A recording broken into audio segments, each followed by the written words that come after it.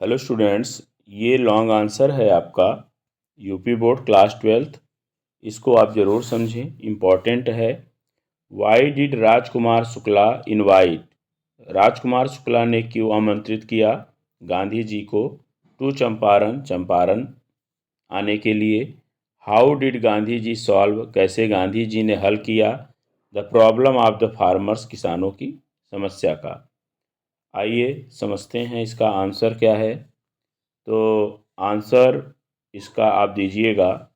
देखिए, पहली बात कि आप बताइए द पीजेंट्स मतलब किसान, आप चंपारण मतलब चंपारण के, वर शेयर क्रॉपर्स मतलब बटाईदार थे, शेयर क्रॉपर्स थे।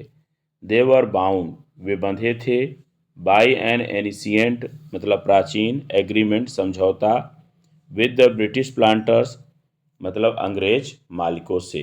ठीक है। अब मतलब अंग्रेज जमींदारों से वे बंधे थे। Rajkumar Shukla was one of them, उनमें से एक थे। ही वांटेड, वह चाहते थे गांधी जी को टू कम टू चंपारण, वो चंपारण आए, एंड हेल्प और मदद करें द पुअर पीजेंट्स, गरीब किसानों की, इन दियर फाइट, उनकी लड़ाई में, अगेंस्ट मतलब विरुद्ध, अनजस्ट मतलब अन्यायी, लैंडलॉर्ड मतलब जमींदारी, सिस्टम मतलब प्रथा, इन बिहार मतलब बिहार में। तो बिहार में अन्यायी जमींदारी प्रथा के विरुद्ध गांधी जी आए और किसानों की मदद करें और अंग्रेजों से लड़ें। ठीक।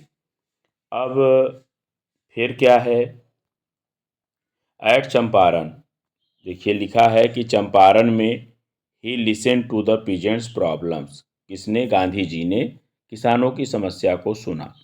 ही also visited the secretary of the British landlords association, वह गांधी जी कहाँ गए, ये ब्रिटिश लैंडलॉर्ड्स एसोसिएशन के संघ के सचिव से मिलने। ही विजिटेड, विजिटेड का मतलब किसी से मिलने जाना, तो वह किसके, अंग्रेज, ठीक है, जमींदारों के, जमींदारी संघ के सचिव से मिलने गए। बट द सेक्रेटरी, लेकिन उस सचिव ने, गेव हिम, उन्हें दिया, नो इन्फॉर्मेशन, कोई भी जानकारी नहीं दिया। ठीक है। तो Gandhi ji was ordered to go to Tirhut, Gandhi ji को तिरहुत जाने का आदेश दे दिया गया। बट ही रिफ्यूज, लेकिन उन्होंने मना कर दिया। अगेन, दोबारा, ही गॉट द नोटिस, उन्हें नोटिस मिला, टू लीव चंपारण, चंपारण छोड़ने का, इमीडिएटली, शीघ्र ही, अंग्रेजों ने उन्हें नोटिस दिया कि वे चंपारण शीघ्र ही छोड़ दें। Gandhi ji received the notice, Gandhi ji ने उस नोटिस को तो रिसीव कर लिया। ठीक। बट मीन्स लेकिन, ही रोट ऑन इट, लेकिन उन्होंने उस पर लिखा, that he would disobey the order, वह उस आज्ञा को का पालन नहीं करेंगे। एट द कोर्ट, कोर्ट में, ही गेव साउंड रीजंस, उन्होंने अच्छा कारण बताया, फॉर इट, इसका, इन्होंने इसका ठोस कारण गांधी जी ने बताया। ही सेड, उन्होंने कहा कि that he was no lawbreaker, वो कानून को तोड़ने वाले नहीं हैं, but he had to do his moral duty, लेकिन उनको अपना मोरल ड्यूटी करना पड़ेगा, टू हिज पीपल, अपने लोगों के प्रति। ठीक। थाउजेंड्स ऑफ पीपल, हजारों लोग, रैलीड, इकट्ठा हुए, इन सपोर्ट ऑफ गांधी जी, गांधी जी के समर्थन में। द गवर्नमेंट वाज कन्फ्यूज्ड, मतलब कन्फ्यूज्ड का मतलब होता है भ्रमित हो जाना, विचलित हो जाना।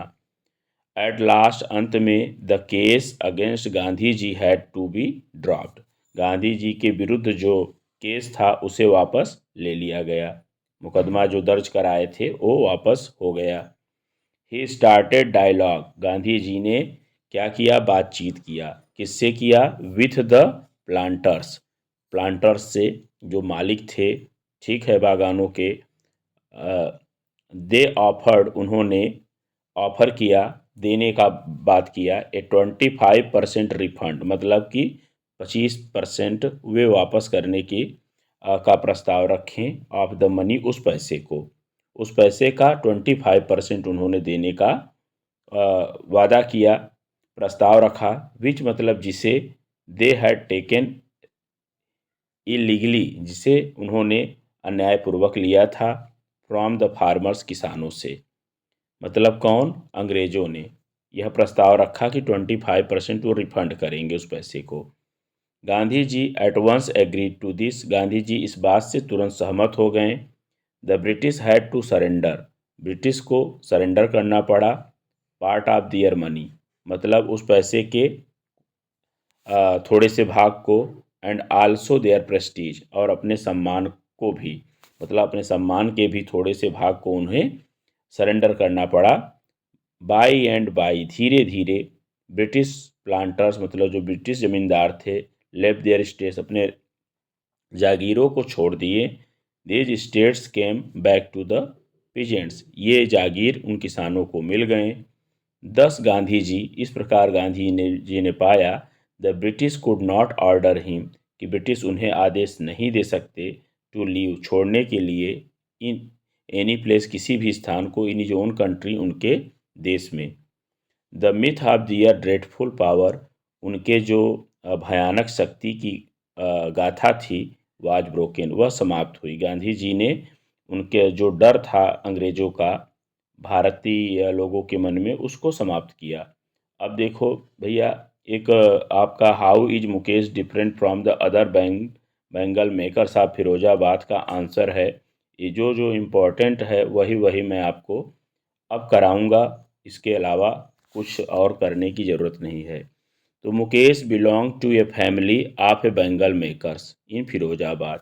मुकेश किस परिवार से है? चूड़ी बनाने वाले परिवार से आता है फिरोजाबाद में। He did not like the life of a bangle maker, उसे ये काम उसका बैंगल मेकर चूड़ी बनाने वालों का जीवन उसे पसंद नहीं है। He wanted to be his own master, वह खुद का मालिक बनना चाहता है।